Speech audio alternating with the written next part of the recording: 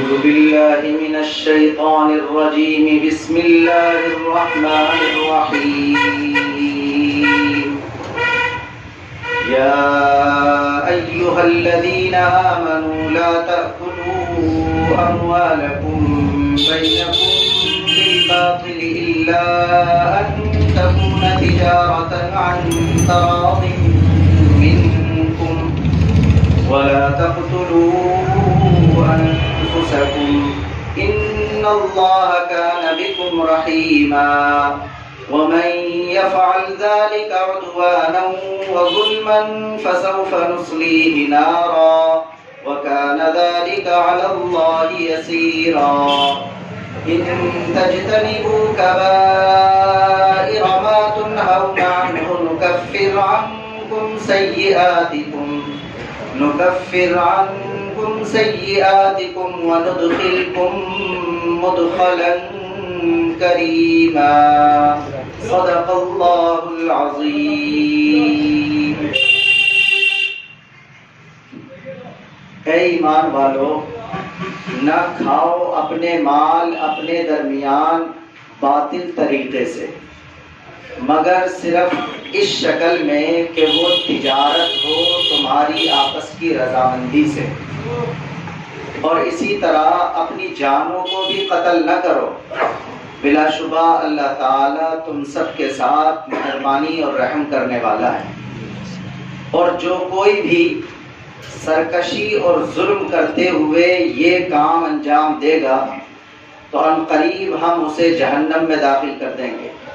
اور یہ اللہ کے لیے آسان ہے. اگر تم بڑے بڑے گناہوں سے بچتے رہے جن سے تم کو باز رکھا جاتا ہے تو ہم تمہاری چھوٹی چھوٹی برائیاں مٹا دیں گے اور تمہارا جنت جیسے ٹھکانے میں شاندار استقبال کریں گے. یہ سبق ہے سورہ نساء آیت نمبر 29، 30 اور 31. نسبتاً آج کا جو سبق ہے وہ آسان ہے اور پڑھی بھی صرف چھوٹی سی 3 آیتیں ہیں. اب تک جو اسباق چل رہے تھے ان میں تھوڑے سے قانونی قسم کے مضامین تھے. ایسا نہیں ہے کہ وہ ختم ہو گئے، بلکہ پھر آگے بھی آ جائیں گے بہت سارے. یہی کمال ہے قرآن کریم کا. آج دوبارہ سے ہم اس کو تازہ کیے دیتے ہیں. بارہا یہ مضمون ذکر کیا گیا ہے کہ قرآن انسانوں کی لکھی ہوئی کتاب کی طرح نہیں ہے. انسان جب کسی کتاب کو لکھتا ہے تو اس کے چیپٹر تقسیم کر دیتا ہے.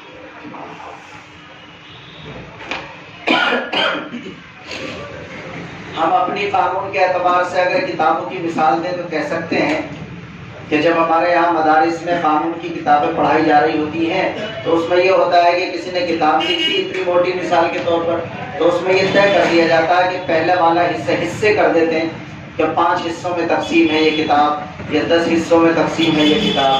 اور پھر یہ کر دیا جاتا ہے کہ پہلے والے مثال کے طور پر 50 پیج باقی کے مسائل ہیں، پھر اگلے والے نماز کے مسائل ہیں، پھر اگلے والے روزے کے مسائل ہیں. اس طرح انسان جب کسی کتاب کو لکھتا ہے تو یہ ترتیب دے دیتا ہے. قرآن کریم میں ایسا نہیں کیا گیا، بلکہ اللہ تعالیٰ نے جتنی بھی چیزیں قرآن کریم میں بیان کی ہیں اس کو تقسیم نہیں کیا. یہ بات آپ کو یاد آ رہی ہوگی، میں نے بار بار کہا ہے کہ ایسا نہیں ہے کہ 30 پاروں میں سے پہلے 2 پاروں میں باقی کے مسائل بیان کر دیے جائیں، پھر اگلے 2 پاروں میں نماز کے مسائل، اگلے 2 پاروں میں زکوٰۃ کے مسائل. ایسا کچھ نہیں ہوتا، بلکہ جو کچھ بھی اللہ تعالیٰ نے ان 30 پاروں میں بیان کیا ہے اسے یوں سمجھیے کہ سارے مضامین بکھیر دیے 30 پاروں کے اندر. اب وہ کبھی یہ مضمون آ جاتا ہے، کبھی کچھ اور مضمون آ جاتا ہے، کبھی پھر کوئی قاعدہ آ جاتا ہے، کوئی قانون آ جاتا ہے، پھر کبھی کوئی نصیحت کی بات آ جاتی ہے، پھر کبھی کوئی تاریخ کی بات آ جاتی ہے. اس طرح سارے مضامین قرآن کریم کے 30 پاروں میں تھوڑا تھوڑا بدل کر آتے چلے جاتے ہیں. ایسا کیوں کیا جاتا ہے چلیے یہ بھی آج بتا دیتے ہیں، چونکہ زیادہ چیزیں قانون کی بتانے کی نہیں. ایک ہے قرآن کا انداز اور ایک ہے انسانوں کی کتاب کا انداز، جیسے میں نے ذکر کیا. لیکن ایک وجہ تو قرآن کے انداز کے الگ ہونے کی انسانوں کی کتابوں کے انداز سے یہ ہے کہ اگر قرآن بھی اللہ تعالیٰ اسی انداز کی کتاب بنا دیتا جیسا کہ عام طور پر انسانوں کی ہوتی ہیں، تو پھر کافروں کے لیے اس کو انسانوں کی کتاب ماننا اور یہ بات کہنا اور زیادہ آسان ہو جاتا۔ بھائی جب ہمارے نبی پاک علیہ السلام پر یہ قرآن نازل ہو رہا تھا تب بھی تو انہوں نے اعتراض کیا کہ یہ اللہ کی کتاب نہیں ہے، لیکن اگر یہ بالکل انسانی کتابوں کے اسٹائل کی ہوتی تو اور زیادہ طاقت کے ساتھ وہ کہتے تھے کہ یہ کسی انسانی کی کتاب ہے، اللہ کی کتاب نہیں ہے۔ تو ایک تو اللہ کے نبی جو ہے وہ امی ہے، وہ کسی سے لکھنا پڑھنا نہیں سیکھے، کسی یونیورسٹی میں نہیں گئے، اور پھر وہ جس کتاب کو پیش کر رہے ہیں وہ ایسی کتاب بھی نہیں ہے جیسی کالجز اور یونیورسٹیز میں لکھی جا رہی ہوں، تو اس کا مطلب بالکل الگ انداز کی کتاب لے کر آ رہے ہیں۔ تو اس سے یہ بھی طاقت مل گئی اس چیز کو کہ یہ کسی انسان سے سیکھی ہوئی، یہ کسی انسان کی لکھی ہوئی کتاب نہیں ہے، بلکہ یہ واقعی اللہ تعالیٰ کی کتاب۔ ایک وجہ تو یہ ہے کہ اس کا انداز اللہ تعالیٰ نے الگ رکھا، سمجھا پا رہا ہوں؟ اور دوسرا فائدہ بھی ہے اس میں، اور وہ فائدہ یہ ہے کہ جب چیپٹر الگ الگ تقسیم کر دیے جاتے ہیں تو پھر ایک مرتبہ جو مضمون آ جاتا ہے پھر وہ پوری کتاب میں دوبارہ آتا ہی نہیں، اس کا کبھی بھی ذکر نہیں آتا پھر پوری کتاب میں۔ تو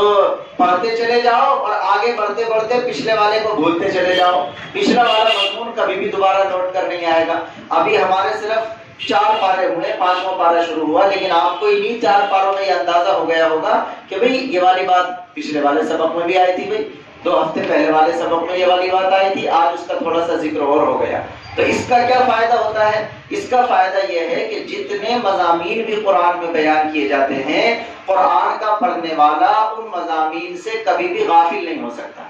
اس لیے کہ پلٹ پلٹ کر اس کی کوئی نہ کوئی بات دوبارہ سے تازہ ہو کر آتی رہتی ہے۔ جیسے انبیاء کے واقعات آتے ہیں، حضرت موسیٰ، حضرت ابراہیم، حضرت نوح، ادھر کے پاروں میں بھی آ گیا، کچھ اگلی صورتوں میں بھی آ گیا، پھر کچھ اگلی صورتوں میں بھی آ جائے گا۔ جنت اور دوزخ کا ذکر ہے، شروع میں آ گیا، بعد میں آئے گا، پھر اور آ جائے گا۔ قرآن کا اپنا ذکر ہے کہ قرآن اللہ کی کتاب ہے، پورے قرآن میں مختلف جگہ اس کو بیان کر دیا گیا ہے۔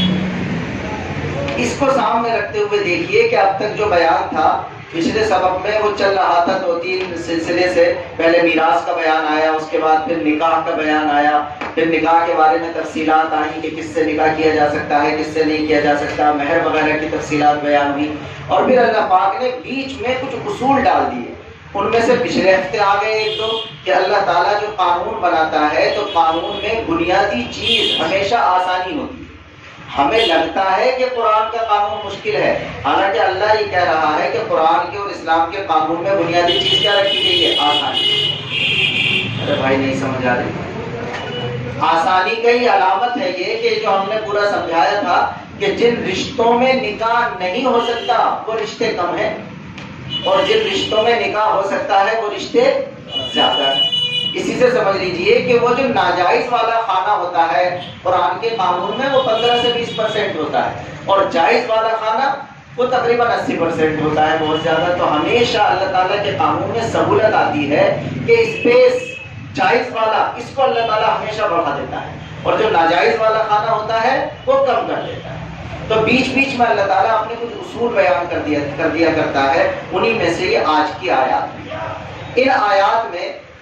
اللہ پاک نے شروع میں 2-3 مسئلے بیان کیے اور اس کے بعد ایک اصول بیان کیا۔ نمبر 1، مال کے بارے میں اللہ تعالیٰ نے فرمایا کہ دیکھو اپنا مال باطل طریقے سے نہ کھاؤ۔ اپنا مال کا مطلب جیسے ہم سب لوگ ہیں تو سب کو نصیحت کی جا رہی ہے، تو اب اپنا مال کا مطلب میری جیب کا مال نہیں ہے، یعنی بحیثیت مجموعی معاشرے اور سماج کے اعتبار سے حکم دیا جا رہا کہ تم ایک دوسرے کا مال ناجائز طریقے سے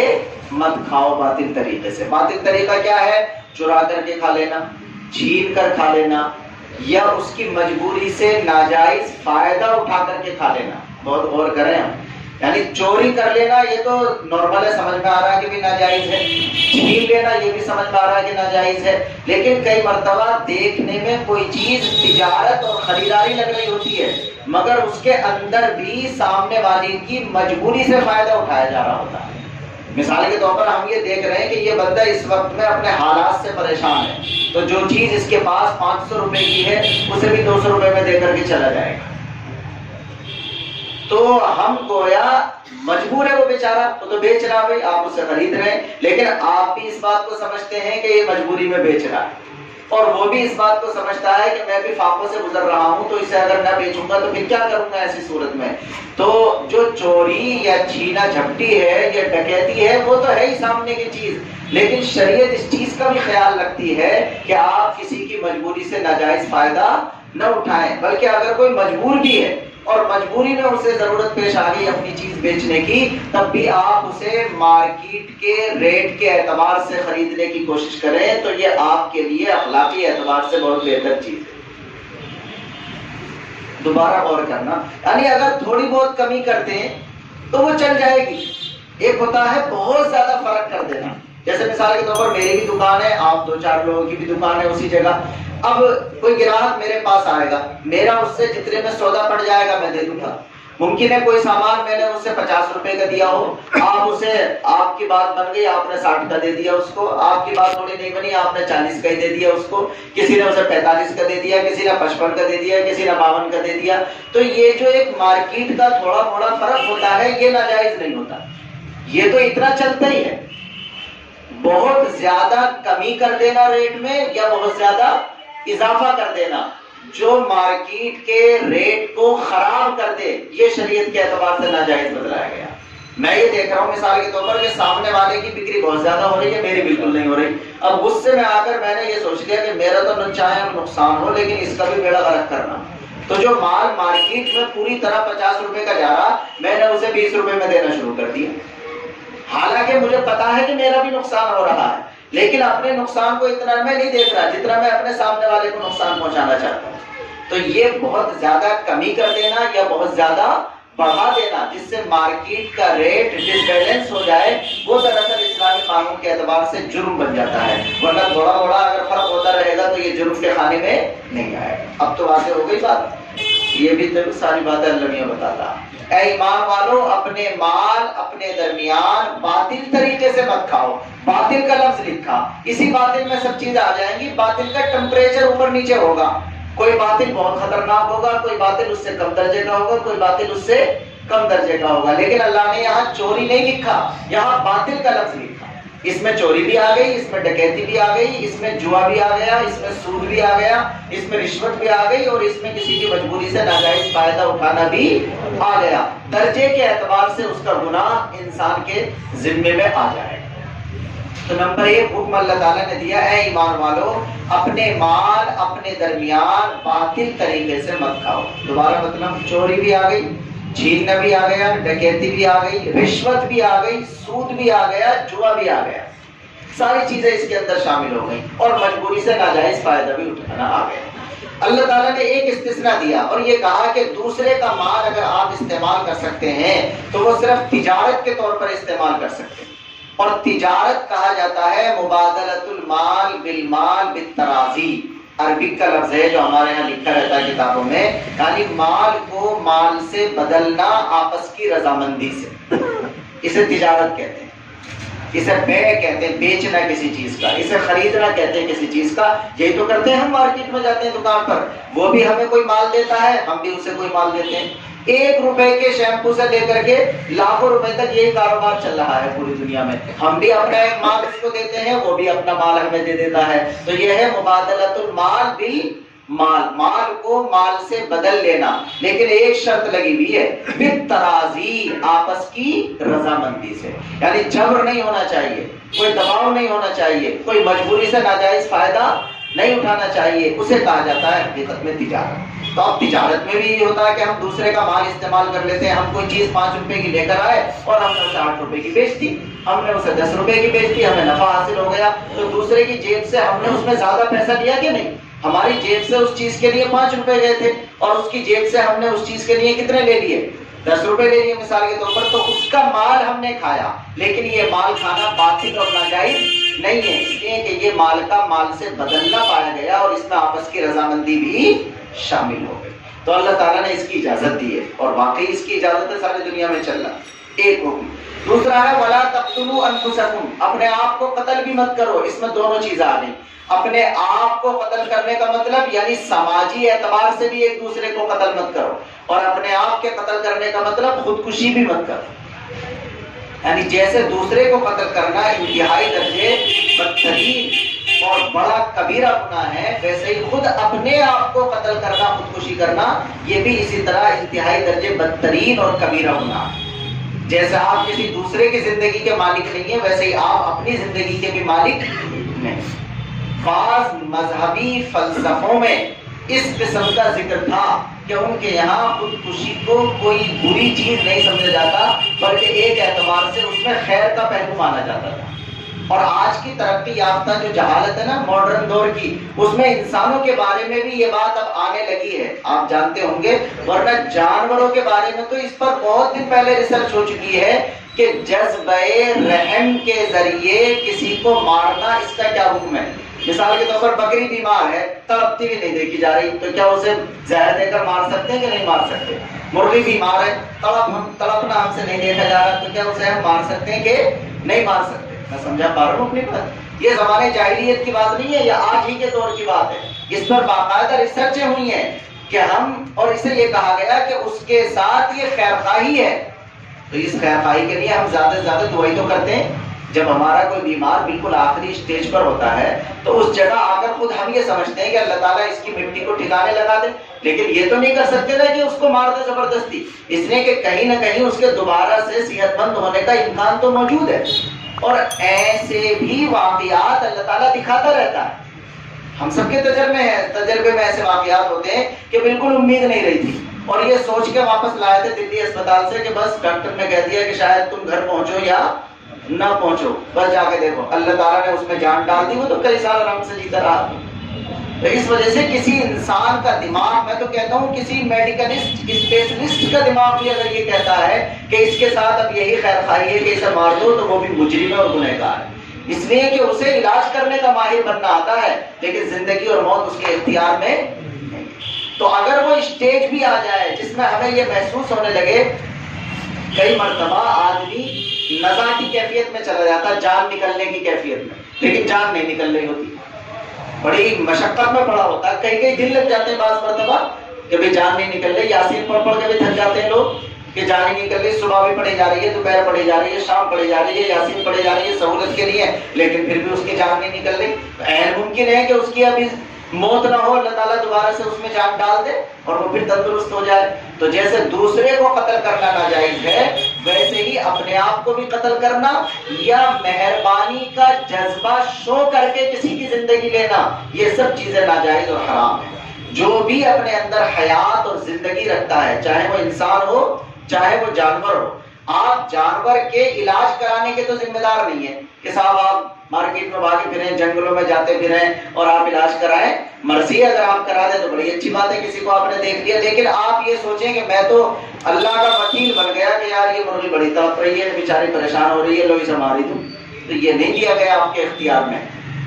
نہ انسانوں کے بارے میں نہ جانوروں کے بارے میں آپ کو اختیار دیا گیا۔ ہاں جو جانور حلال ہے، آپ انہیں اگر کھا سکتے ہیں، اللہ تعالیٰ نے اجازت دی ہے تو آپ ذبح کر کے اس کو کھا سکتے ہیں، اس کی وہ تندرست ہو تب بھی اجازت ہے، اور اگر وہ بیماری کی کیفیت میں آ رہی ہے اور میڈیکلی اعتبار سے اس کا گوشت نقصان دہ نہیں ہے ابھی، تو آپ اسے بھی استعمال کر سکتے ہیں۔ تو اللہ تعالیٰ نے فرمایا مال بھی باطل طریقے سے نہ کھاؤ اور قتل بھی مت کرو، نہ کسی دوسرے کو نہ اپنے آپ کو، دونوں بدترین اور کبیرہ گناہ ہے۔ پھر آگے اللہ تعالیٰ یہ کہتا ان اللہ کان بکم رحیما، اللہ تعالیٰ تمہارے ساتھ مہربانی کا معاملہ کرنا چاہتا ہے، تب یہ احکامات دیتا ہے، اس لیے کہ اگر تم ان احکامات کے مطابق عمل نہیں کرو گے تو تمہیں آخرت میں اس کی جب سزا ملے گی تو وہاں تم یاد کرو گے۔ تو مہربانی ہے اللہ کی کہ اس نے تمہیں یہ حکم دے دیا، اور پھر آگے دھمکی بھی دی اور کہا اگر کوئی اس کے باوجود نہیں مانے گا، سرکشی کرے گا اور ظلم کرے گا تو پھر اس کا ٹھکانہ جہنم ہے۔ ایک تو مسئلہ آج کے سبق کا یہ ہے، اور دوسرا مسئلہ یا اصول یہ ہے، اللہ نے فرمایا کہ دیکھو دو قسم کے گناہ ہوتے ہیں اور وہ ہم سب جانتے ہیں۔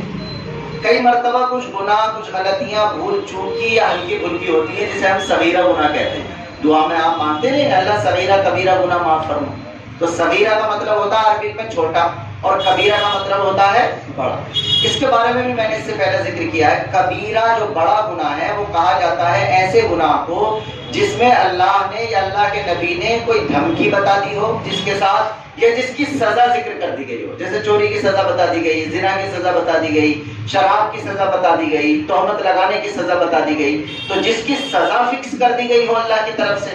یا جس کے بارے میں آخرت کے اعتبار سے کوئی بڑی دھمکی آ گئی ہو کہ تمہارے ساتھ یہ کیا جائے گا آخرت میں اگر ایسا کرو گے، تو یہ والے جو گناہ ہیں یہ کون سے کہلاتے ہیں؟ بڑے والے گناہ کہلاتے ہیں۔ اور چھوٹے والے وہ ہوتے ہیں جو بڑے سے پہلے شروع ہو جاتے ہیں۔ سمجھا پا رہا ہوں اپنی چیز؟ بہت بڑا والا تو زنا ہے مثال کے طور پر، یا بہت بڑا والا چوری ہے، لیکن کیا چوری فوری مرحلے میں ہو جاتی ہے یا اس سے پہلے بھی آدمی درجہ بدرجہ چلتا ہے اس کی طرف کو؟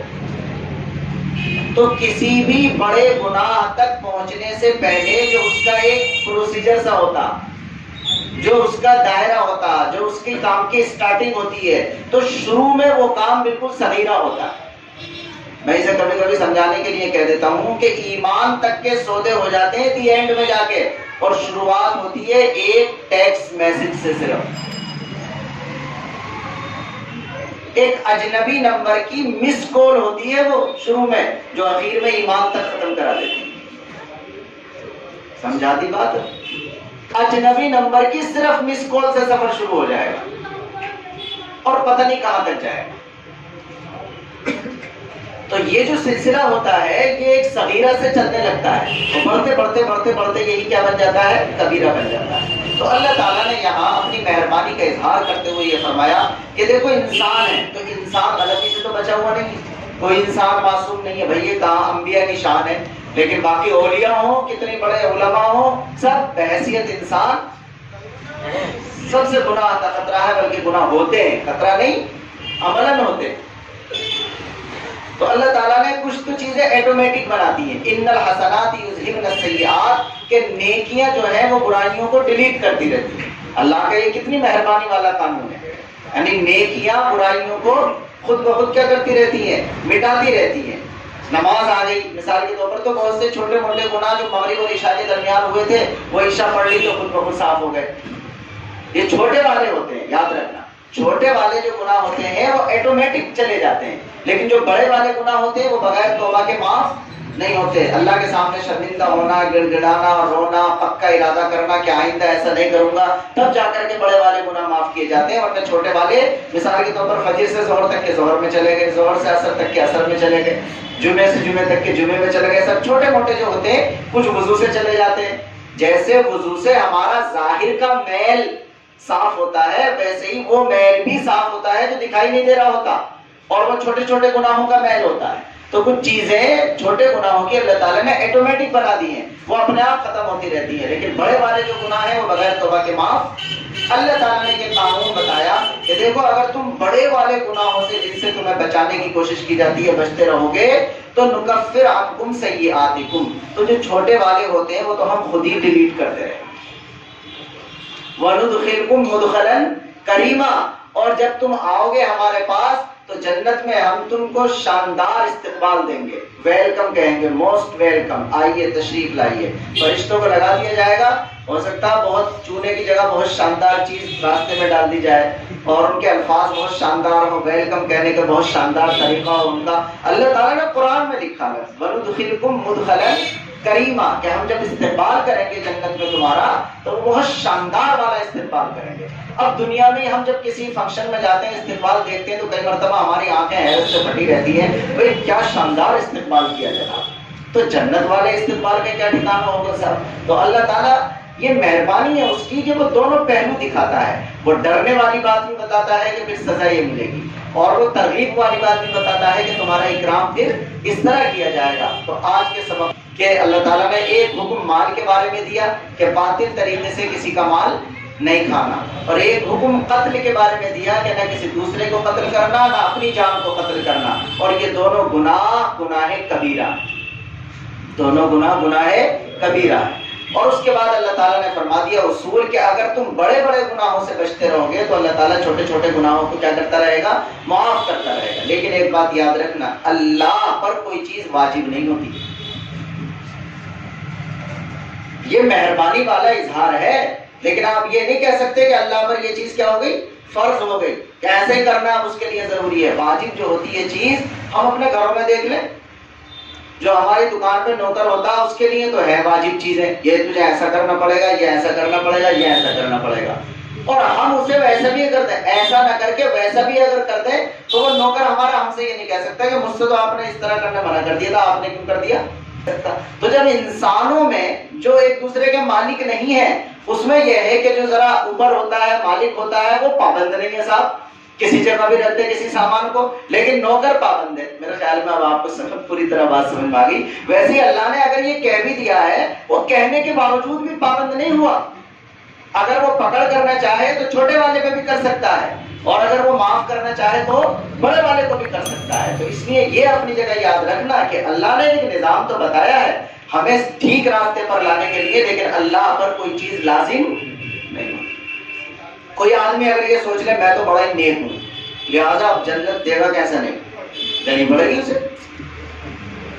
عجیب و غریب مسئلہ، اللہ کے نبی صلی اللہ علیہ وسلم دعا مانگا کرتے تھے اللہم حاسبنی حسابا یسیرا، اے اللہ میرا آسان حساب لیے، اے اللہ میرا آسان حساب لیے۔ تو ایک مرتبہ سوال ہو گیا، اللہ کے نبی سے پوچھا گیا کہ اللہ کے نبی آپ یہ دعا مانگتے ہیں کہ آسان حساب لیے، یہ آسان حساب کیا ہوتا ہے؟ بہت غور سے سنیے کہ آسان حساب کیا ہوتا ہے۔ تو اللہ کے نبی نے جو جواب دیا عجیب و غریب، فرمایا کہ آسان حساب کا مطلب یہ ہے کہ نام پکارا جائے اور جنت میں پہنچا دیا جائے، اس کی فائل چیک ہی نہ کی جائے، یہ مطلب ہے آسان حساب کا۔ فمن نوقش عذب، اس نے کہ جس سے کاغذات مانگ لیے گئے پکڑا جائے گا۔ اندازہ کرو کہ اگر اللہ تعالیٰ کے فرشتے نام پکارے اور حساب کتاب چل رہا ہو کہ فلاں ابن فلاں کہ لبیک ادھر آ جا، تو جبھی معاملہ تب اوسان خطا ہو جائیں گے، صحیح بھی اگر ہوگا تو وہ بھی نہیں بتایا جائے گا، اور ہم جسے صحیح سمجھ رہے ہوتے ہیں ذرا دوبارہ سے چیک کر لیں صحیح ہے کہ نہیں۔ کیا ہمیں اپنی زندگی میں 2 رکعتیں ایسی یاد ہیں جس میں ہمارا دھیان دنیا کی طرف نہ گیا ہو؟ یعنی اگر ہم تو خود رات کو سوچ لیں، آج میں بھی اور آپ بھی، میں آپ ہی کو نہیں کہہ رہا، اپنے آپ کو بھی، اگر مجھے نماز پر غرور ہے بہت، تو کیا میری زندگی میں 2 رکعتیں بھی ایسی ہیں جس میں کوئی مسٹیک نہ ہو؟ ہمارا تو پتہ ہی نہیں 2 رکعتوں میں پتہ نہیں کہاں گھوم کر آ جاتے ہیں ہم تو اگر ہم زیادہ بن کے دکھائیں گے کہ ہمارے اعمال اچھے ہیں تو 2 رکعتیں بھی نہیں نکلنے کی ہمارے پاس، ٹھیک اس میں کتنے لال قلم لگ جائیں گے وہاں فرشتے۔ تو اللہ کے نبی دعا مانگا کرتے تھے اللہم حاسبنی حسابا یسیرا، میرا آسان حساب لے، اور آسان حساب کا مطلب ہے فلاں ابن فلاں کے جی لبیک کہ جاؤ جنت میں، کہ فلاں ابن فلاں کے جی لبیک کہ جاؤ جنت میں، کہ فلاں ابن فلاں کے لبیک کہ لائن میں آ جاؤ، بس ہو گیا معاملہ خراب، جواب دینا بھاری پڑ جائے گا۔ تو اس وجہ سے اللہ نے اپنی مہربانی کے ذریعے سے یہ بدلا دیا ہے کہ اگر تم بڑے بڑے والوں سے بچتے رہو گے تو ہم مہربانی کر کے چھوٹے والے تمہارے ختم کرتے رہیں گے، لیکن اس سے ہم یہ مطمئن ہو جائیں کہ اللہ کے لیے ایسا کرنا لازم ہو گیا، اللہ کے لیے ایسا کرنا ضروری ہو گیا، تو اللہ پر کوئی چیز واجب نہیں ہوا کرتی۔ اس وجہ سے جو بھی جنت میں جائے گا اللہ کے فضل سے جائے گا، اس کی مہربانی سے جائے گا، اپنے کسی عمل پر نہیں جائے گا، لیکن عمل کرنا ہے ضروری۔